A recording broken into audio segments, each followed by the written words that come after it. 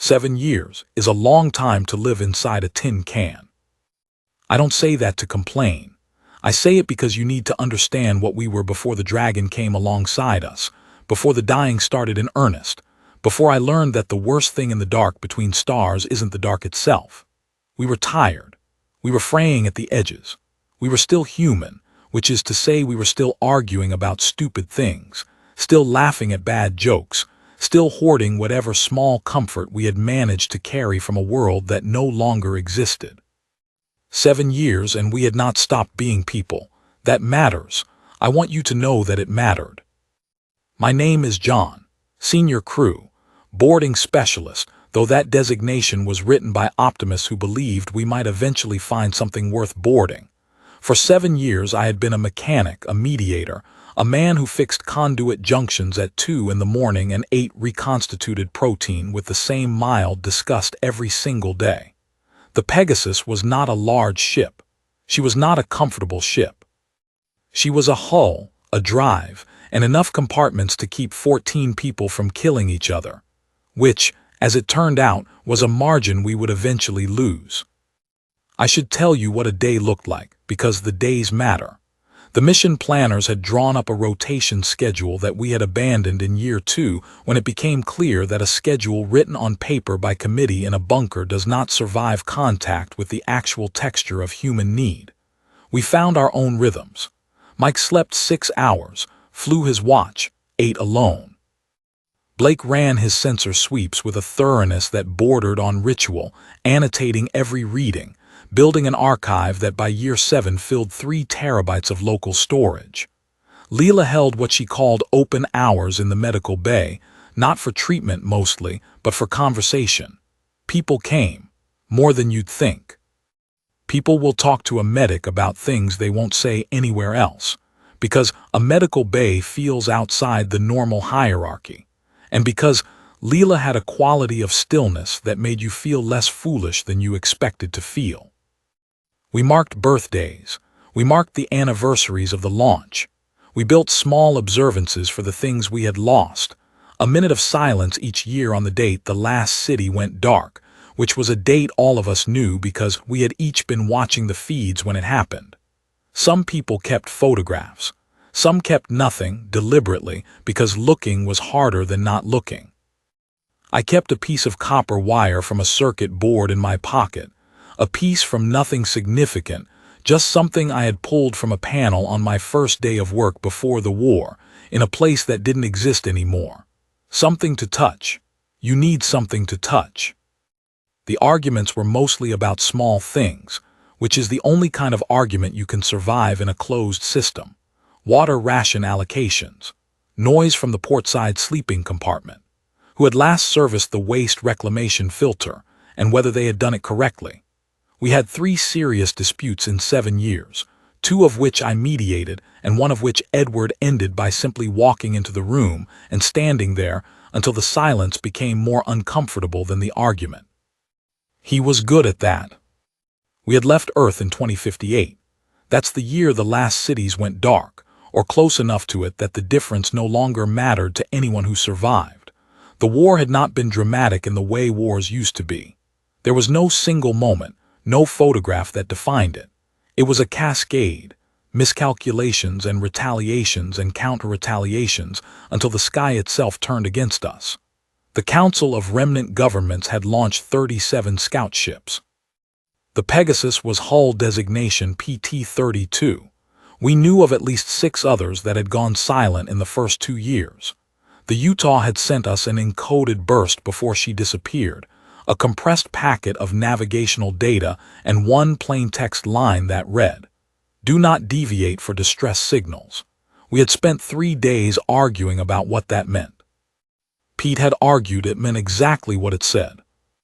Pete was our engineer, compact, methodical, the kind of man who never raised his voice because he never needed to. He had a quality I have only seen in a handful of people in my life. The ability to be completely right in a way that made you want to prove him wrong. He and I had served together before the war, before any of this. There was history between us that I will not detail here because it is not the point of this account. The point is that I trusted him with my life the way you trust the floor beneath your feet, without thinking about it, the way trust should work when it has been properly earned. Haley was our senior science officer. She had been a xenobiologist before the war, which in 2065 made her the most tragically underemployed person aboard the Pegasus, because we had seen no life. 7 years, 31 candidate systems surveyed by long-range probe, and nothing, not a microbe, not a chemical signal, not a spore. She kept meticulous records anyway. She said the data would matter to whoever came after us. I believed her when she said it. I'm not sure I believe it now. Mike was our pilot. Jerry handled communications and secondary propulsion. Edward was our captain, older than the rest of us, former naval, the kind of man whose silences carried more authority than most people's speeches. Leela was our medic. There were others. Blake, who ran our sensor array with an obsessive precision that had kept us from 2 separate drive field anomalies in year 4. Jane, Melissa, Dylan. We were small. We were all that was left of humanity's forward reach, which is a grand way of saying we were a handful of exhausted people running on recycled air, and the memory of a planet that no longer had air worth breathing. We found the Dragon on day 2409. She was running dark. That was the first thing that registered: no navigation lights, no transponder ping, no response on any frequency. She was a PT-32, same hull design as the Pegasus, which meant she was one of ours, one of the 37. Her designation was stenciled on the bow section in faded characters, Long Dragon. We had no record of her trajectory crossing ours. She should not have been here. I remember standing at the forward observation port when Mike brought us alongside, close enough to see the scoring on her hull plating. Not damage from any impact. Burn marks. The kind you get from energy discharge, internal from the look of it. Something inside the Dragon had been firing repeatedly at her own walls. I counted 7 distinct scorch patterns on the visible section of the hull. 7 distinct confrontations, or one prolonged one. Either answer was wrong. She's venting atmosphere, Haley said, from the sensor station behind me. Slowly, forward compartment seal is compromised. Any life signs? Edward asked. Haley worked the console. The pause before she answered was long enough to mean something. 1, she said, faint midship section. Edward stood at the center of the bridge for a moment that felt longer than it was. He was doing the calculus we were all doing. The Utah's message, the burn marks, 7 years of silence from the Dragon. He was weighing it against the one life sign, against the antimatter readout that had been trending the wrong direction for the last 4 months, against the possibility that the Dragon carried fuel cells we could use. He looked at each of us in turn, which was something he did when he had already decided, and was measuring whether anyone had a reason he should override himself. No one spoke. John, he said, put a team together. I took Pete and Jerry. The Dragon's docking collar was intact, which surprised me. Whatever had gone wrong aboard her, it had not touched the external systems. The airlock cycled and we went in, magnetic boots clicking against the deck plating in the silence of a ship that should have been full of noise. The corridor lights were emergency red. The air tasted wrong, not thin, just wrong. Old. Stale in a way that went beyond the recycling system's capacity to fix. It smelled like a place where something bad had been happening for a very long time, and the smell had become so integrated into the air supply that no scrubber could separate them anymore. Pete moved ahead of me, scanning as he went. I kept my light on the walls. The burn marks I had seen from outside were worse on the inside, long scorched streaks across the corridor plating, several of them at a height consistent with a handheld discharge weapon. Others were lower. Some were at floor level. One section of plating near a junction had been struck so many times the metal had actually warped, bowing inward from repeated contact. I filed that away and did not say anything to the others. I noticed other things, too. Personal effects in the corridor, a photograph face down, an empty ration container that had been there long enough to leave an oxidation ring on the deck, a hand tool dropped and not retrieved. In 7 years aboard the Pegasus, I had never seen a loose tool in a corridor. You learn fast in a pressurized hull that loose objects are a hazard, and the habit becomes bone deep. Whatever discipline had maintained this ship, it had been gone for a long time before the end. Jerry stayed near the airlock. I noticed that later, when I had more reason to notice things about Jerry. We found the boy in the medical bay. He was perhaps 12 years old, though it was hard to be certain. Dehydration and shock had compressed him into something that looked younger. He was strapped into a medical chair, conscious but barely, watching us with eyes that had seen things no child should see.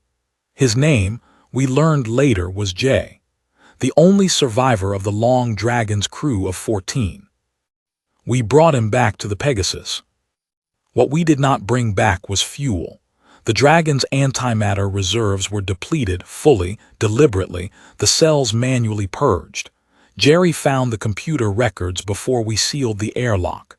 The Dragon's crew had begun losing people in year 5. Not to accident, not to system failure. To each other.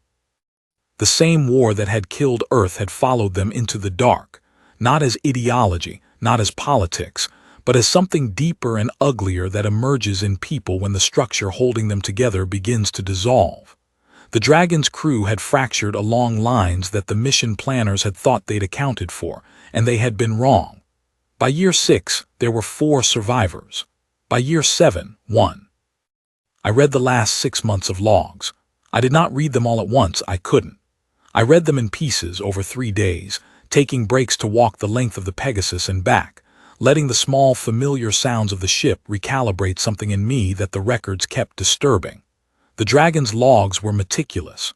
Her crew had been trained the same as ours.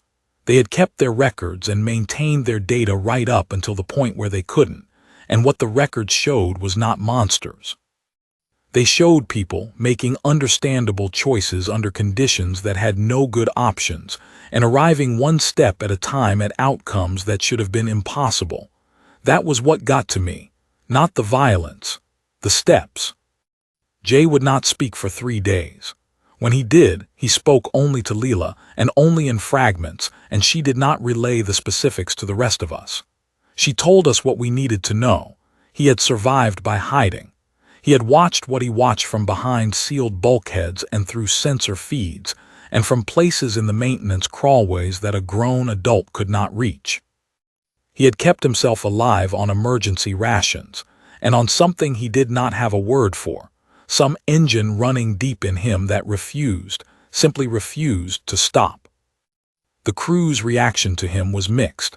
Some took to him immediately, Layla, obviously, and Mike, who had a gruffness that Jay seemed to understand as safety rather than hostility. Others kept their distance, which I understood. He was a reminder of what could happen to a ship, and none of us wanted reminders. We were not safe either. I want to be precise about that. The Dragon had given us useful navigational data. Her probe launches had identified 2 candidate worlds on a slightly different heading from ours. 2 rolls of the dice instead of 1, as Edward put it. That was the gift she had left us. It was not nothing, but we were short on fuel, shorter on time, and now we had a traumatized child aboard a ship crewed by 14 people who had been grinding against each other for 7 years without the luxury of space or privacy or genuine rest. Blake found the first breach 3 days after we sealed the Dragon away. He was running a routine diagnostic on the bridge sensor array when he noticed it. A segment of conduit behind the main console had been cut. Not frayed, not corroded, cut cleanly with something sharp. He called it in on the crew channel, and I was in the bridge inside of 2 minutes. I looked at the cut. I looked at the geometry of it. Someone had opened that panel, severed the conduit, and closed the panel again. Someone with access to the maintenance tools. Someone who knew where the sensors ran and what cutting them would do.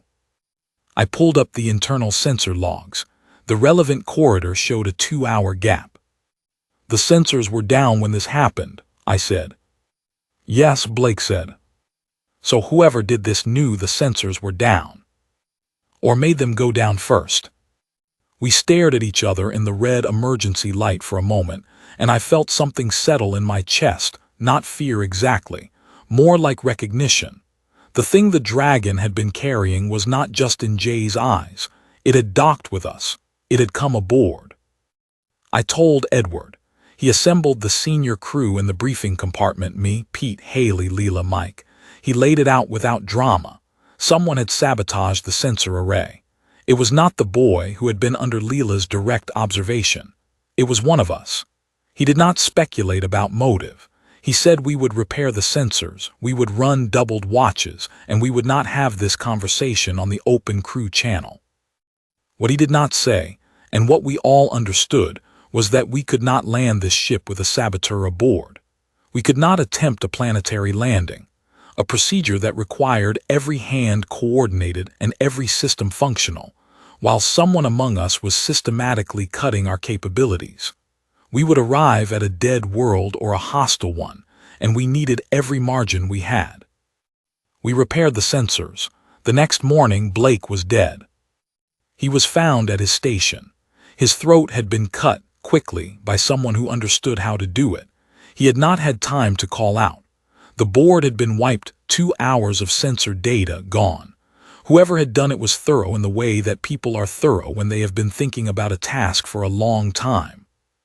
The crew came apart at the seams for about 6 hours. I'm not going to pretend otherwise. There was shouting. There were accusations. There was a moment in the mess compartment that came close to something I would not have been able to stop. I stood in the middle of it and said the only thing I could think to say, which was that if we killed each other before we reached the planet, every person who had ever lived on Earth died with us. That the Dragon's crew had already made that trade. That I intended to refuse it. It didn't stop the fear. Fear that deep and that old doesn't stop because someone makes a speech, but it held the line for long enough. People went back to their stations. Watches were doubled. I started sleeping in 4-hour shifts in a chair near the sensor console. On the third day, Pete found another open panel in engineering. He came to me instead of broadcasting it, and he showed me what was inside, a secondary conduit, intact, but with a device attached to it that I recognized from the Dragon schematics. A timer relay. Someone had been building something in our walls. How long? I asked. It's not armed, Pete said. Not yet. Whoever placed it either ran out of time or is waiting for something specific. The landing, I said. He nodded. We could not tell the full crew. We could not risk whoever had placed the device knowing we had found it. We removed the relay, documented it, and sealed the panel. Then Pete and I spent 18 hours going through every accessible conduit junction on the Pegasus, panel by panel, in shifts, in silence. We found 2 more devices, both inactive, both positioned in ways that would have been catastrophic on atmospheric entry. I did not sleep for 31 hours. The planet appeared on long-range sensors on the morning of day 22 after the Dragon. She was roughly Earth mass, in the habitable zone, atmospheric spectroscopy showing nitrogen-oxygen mix and liquid water signatures on the surface. Edward called all crew to the bridge, and there was a moment. I am not too old and too hard to admit this. There was a moment where several of us wept. Not loudly. Quietly, the way exhausted people weep when they have been holding something for 7 years, and the holder suddenly lets go. Haley kept her eyes on the instruments. Mike kept his hands on the controls. But his jaw was working in the way that jaws work when you are refusing to let your face do what it wants to do. The probe results came back 18 hours later. Atmospheric chemistry was wrong. The oxygen concentration was too low, survivable in the short term with gear. Unsurvivable in the long term without intervention, we did not have the capacity to provide. The surface temperature swings were extreme. There was liquid water, yes, but the soil chemistry showed levels of heavy metals that would require a remediation program spanning generations. Haley did the numbers twice.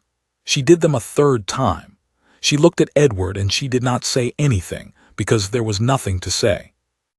Edward stood at the main display for a long time. Then he turned to the room. The Dragon's data shows a second candidate, he said. 14 days on the corrected heading. We have fuel for the course correction and approximately 16 days of drive time. That is the margin." He paused. "We are going." No one argued. No one had an argument to make. You do not argue with the last chance. We burned for the course correction, and the Pegasus groaned in the way old ships groan when you ask them to do something they were not quite designed to do. The drive held. The hull held. Pete kept the engineering board green by a combination of skill and something that went beyond skill, an intimacy with the ship's systems that came from 7 years of keeping her alive by sheer insistence. He knew the Pegasus the way you know the body you've lived in all your life. He knew where she was tired and where she was strong and what she needed at any given moment, and he gave it to her. On day 8 of the new heading, Jay spoke to me for the first time. He came to the mess compartment in the early hours when it was empty except for me. He sat across the small table and looked at his hands for a while. Then he looked at me. "The one who does the cutting," he said. "I know what they look like, from behind. I saw them on the Dragon in the corridor outside the medical bay, before I hid." I kept my voice level. "You saw someone from the Dragon on our ship." He shook his head. "Not from the Dragon. I saw what they were wearing. They had on the same suit as your people, your patches." He touched his shoulder. "Same color." I sat with that for a moment that felt very long. "You're telling me there was someone from the Pegasus on the Dragon," I said. "I don't know from which ship," he said. "I know what I saw, and I know I've seen that same walk on this ship." "The walk?" "People have a way they walk," Jay said. "They have it all the time. The Dragon, your ship, it doesn't matter. They walk the same." He told me who he had seen. I went to Pete. I told him everything. We sat together in engineering for a long time without speaking, and then Pete said, quietly, that he had found something else while replacing a coupling in the starboard access tube, a hand tool that did not belong to the standard kit. He had recognized the partial serial mark on it, Dragon Hull Manufacture. Someone had carried it across. We went to Edward. The conversation that followed was the hardest of my life, and I have had some hard ones. Edward listened without interrupting. When we finished, he was quiet for a long time. Then he stood up and went to the weapons locker and removed a containment device. Not a weapon, exactly, more of a restraint system, something Leela had in her medical kit for combative patients, and he said 2 words. "I know." He had suspected for 6 days. He had been gathering his own evidence quietly, in the way that Edward gathered everything methodically, without showing his hand. He had not come to us because he had not yet been certain, and he had needed to be certain before he acted, because acting on a ship with 14 people in deep space is not like acting anywhere else. There is nowhere to run. There is no authority above you to appeal to. There are only consequences, and they spread. We moved on Jerry together. I want to be fair here. Jerry was not a monster. He was a man who had cracked in a particular way under a particular pressure, who had decided, somewhere in the long dark of year 5 or 6, that the mission was a lie, and that the only rational response to that lie was to ensure it ended before we compounded it by bringing our failure to another world. He had watched the Dragon's logs. We all had access, for a time, and somewhere in those records he had found not a warning but a confirmation, an endorsement of the conclusion he had already arrived at. The Dragon's crew had not been wrong in his view. They had simply been messy about it. When I think about Jerry, which I still do, I try to hold on to this. He was not random in his logic. He had a theory. His theory was that humans were too broken to deserve a second world, that we would do to it what we had done to the first one, that the Dragon was not an aberration but a preview. He believed this with the quiet certainty of a man who had looked at the evidence and reached his conclusion, and the evidence was not nothing. 37 ships launched, most of them silent. One of them, a charnel house drifting on an interstellar heading. The war that had killed Earth had not produced a different species when it was over. We were still the same people who had started it. He was not wrong about any of that. He was only wrong about what it meant. He fought us. He was desperate and he was skilled, and for 90 seconds in the starboard maintenance corridor, it was genuinely uncertain. I took a blow to the side of my head that left my vision tunneling for a moment, and I went into the wall and he nearly got past me. Mike came from the forward end to cut off his retreat, and it was Mike's presence that ended it, not violence, but the simple arithmetic of two angles of approach that left no options. Jerry stopped. He looked at each of us in turn, and there was nothing wild in his eyes. Just a man who had run his calculation and arrived at an answer, and now found the answer refused. "You'll get there," he said. "You'll find another dead rock, or you'll find something that kills you, and you'll have dragged 14 people and a child to the same end the dragon reached, just slower." I thought about arguing with him.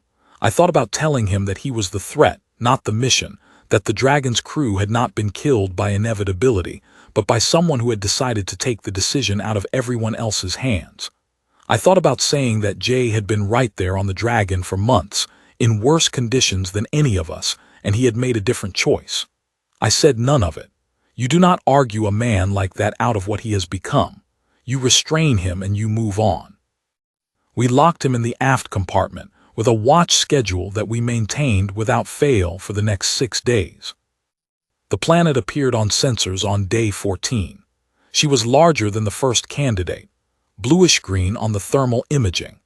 Atmospheric spectroscopy came back, and Haley read the numbers once and then read them again, and then she put her head down on the console for a moment with her hand over her mouth, and I knew before she lifted her head again. Nitrogen and oxygen, in the right concentrations. Surface temperature range consistent with habitability across significant latitudes. Liquid water in large bodies. Organic chemistry signatures in the upper atmospheric layer. No heavy metal contamination in the soil returns. A photosynthetic chemical signature that suggested plant life of some kind. Haley stood up from the console and turned to face the room. Her voice was steady in the way that takes effort. "It's alive," she said. "The planet is alive." Nobody cheered. I don't fully understand why. Looking back, maybe we were too tired, or maybe we had been disappointed before, or maybe the part of us that knew how to celebrate had been worn too thin by everything that had happened since the dragon. Mike reached over and put his hand briefly on Blake's empty chair. Edward stood with his hands clasped behind his back and looked at the screen for a long time, and the silence was not grief exactly, or relief exactly, but something that held both of them. It was not Earth, it would never be Earth, but it was a place where humans could breathe. The descent sequence required all hands. That was the problem, and we all understood it. We needed Jerry at his station, because Jerry was the best communications technician on the ship, and the atmospheric entry sequence required real-time coordination that none of the rest of us could run at his level. Edward made the call.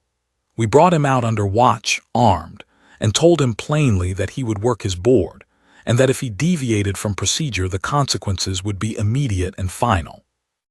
Jerry looked at the sensor display for a long time. He looked at the planet on the main screen, the bluish-green mass of it filling the display, alive and real and right there. Something crossed his face. I do not know what to call it, not regret, not hope, something older than both. Something that lives in people before language gives it a name. He sat down at a station and ran his board. Entry was controlled chaos. The Pegasus was not built for this. She was a transit vessel, not a lander, and the landing protocol was essentially a controlled fall with engineering compensations running constantly to keep her from becoming a very expensive piece of debris. The hull temperature climbed into the orange. Pete ran the heat management with his board at full resolution, venting and redirecting and compensating in real time, talking to himself in the low, continuous murmur he always used when the work was critical. Mike had both hands on the flight controls and was talking to Mike himself in the way pilots do, half narrating the numbers, and the attitude jets fired in sequence, and the deceleration pushed us all back in our harnesses, and the Pegasus complained in every frequency she had available. We came through the cloud layer at 12,000 meters, and I saw it. Through the forward port below us, spreading to every horizon green. Not the sickly gray-green of the dragon's sensor echoes. Not the dead brown-green of the first planet's toxic surface. Living green. Trees or things shaped like trees, running in dense formations across a landscape of low hills and wide river valleys, the rivers themselves catching the light of a sun that was not our sun, but was close enough that it did not matter. The sky was the wrong shade of blue. I stared at it and I could not tell you what the right shade is anymore. I had been looking at vacuum for 7 years and I had lost the reference. But it was blue, and it was sky, and we were going down into it. The landing was hard. The Pegasus absorbed 3 landing strut failures on contact and settled at a 12-degree list that made the decks feel wrong under your feet, and there were 2 hull breach warnings that Pete addressed in the first 20 minutes while the rest of us sat in our harnesses and breathed recycled air for the last time. Edward ran the full atmospheric analysis suite. He ran it twice. Then he unstrapped himself and went to the main hatch and put his hand on the release. "I'm going to open this," he said. "Anyone who wants to stay in recycled air is welcome to." No one stayed. Not even Jerry, who stood with his wrists still in the restraint loops, watching Edward's hand on the release. The hatch opened, the air came in. I don't have the vocabulary for it. I have tried in the years since to find the words for what outside air smells like after 7 years of recycled ship atmosphere, and I cannot do it justice. It was not clean exactly. It had organic complexity, moisture, the smell of soil and something flowering and something decaying in the healthy way that living places decay. It was not anything I recognized. But it hit something deep in the brain, something older than thought. Something that had been waiting a very long time, and every person on that ship exhaled in the same moment, the same long breath going out, 7 years of it, all of it. Jay walked to the hatch and stood in the opening and looked out at the landscape, and he did not say anything. He was 12 years old, or close to it, and he had never known a planet except the dead one, and he stood there with the alien wind moving his hair and just looked. I stood behind him and looked over his shoulder, and I thought about Blake. I thought about the 14 people on the Dragon. I thought about the Utah, which we would never find. I thought about the 35 other ships and their crews and what had happened to them or was still happening to them, out in the dark, working the same problem we had worked, each in their own way, each paying their own costs. We had made it. 14 people, 13 now, and a boy who had survived things that should have broken him. We had carried the last argument for the human species across 2,446 days and approximately 6 light years, and we had not quite let it fall. Not quite. Jerry was contained until we could build something more appropriate than a ship's aft compartment. That took 3 weeks. He did not resist. He worked during the day with the others, under watch, clearing ground for the first shelters. He had all the knowledge he had come with, and we needed it, so we used it, and he gave it without condition. I watched him sometimes in those early weeks, on his knees in alien soil, turning it with his hands, studying it the way a man studies something he has tried very hard not to want. I don't know what he was thinking. I stopped trying to know. On the 40th day, Haley identified a plant species in the Eastern Valley that had a leaf structure she described as roughly analogous to a primitive fern. She preserved a sample. She sent her findings into the ship's computer, still running, still logging, still doing the work she had told it to do for 7 years, because she believed the data would matter to whoever came after us. I asked her that evening if she still believed that. She looked at me across the fire.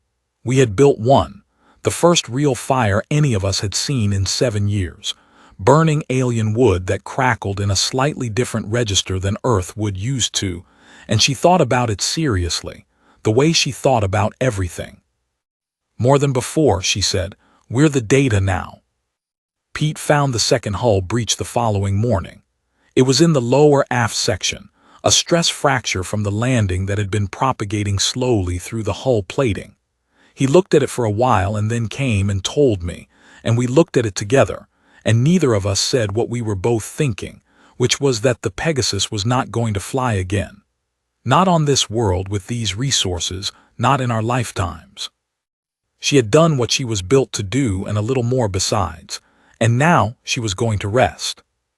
We would not rest. There were 13 of us, 14 with Jay, on a world that had never held a human footprint, and everything we had or would ever have we had carried inside that aging hull for 7 years. We had seeds in cold storage, tools, medical supplies, years of compressed data from 31 surveyed systems. We had our hands and our knowledge and the particular human stubbornness that, as best I can tell, is not a virtue so much as a design flaw that occasionally saves your life. I was standing outside the ship on the 42nd morning when Mike came and stood beside me. We watched the sun come up, a different angle than I had ever seen a sun rise, the light a slightly cooler color, the horizon wrong in ways I was still cataloging. 2 small moons were still visible in the western sky, fatting. "You think anyone else made it?" Mike asked. "Probably," I said, "some of them enough." "How do you know?" I thought about Jay, who had hidden in the maintenance crawlways of a dead ship for months and had emerged whole enough to tell us what he had seen. I thought about Pete, who had kept a ship flying for 7 years through sheer refusal to let her stop. I thought about Haley cataloging Fern analogs on an alien planet because the data would matter to whoever came after. "Because we did," I said, "and we were nothing special." Mike was quiet for a moment. "Speak for yourself," he said. The sun came up all the way then, full and warm, and somewhere in the eastern valley something called out, a sound like nothing Earth had ever made, clear and distant and entirely unconcerned with us. And the grass, or what passed for grass, moved in the morning wind. We had work to do.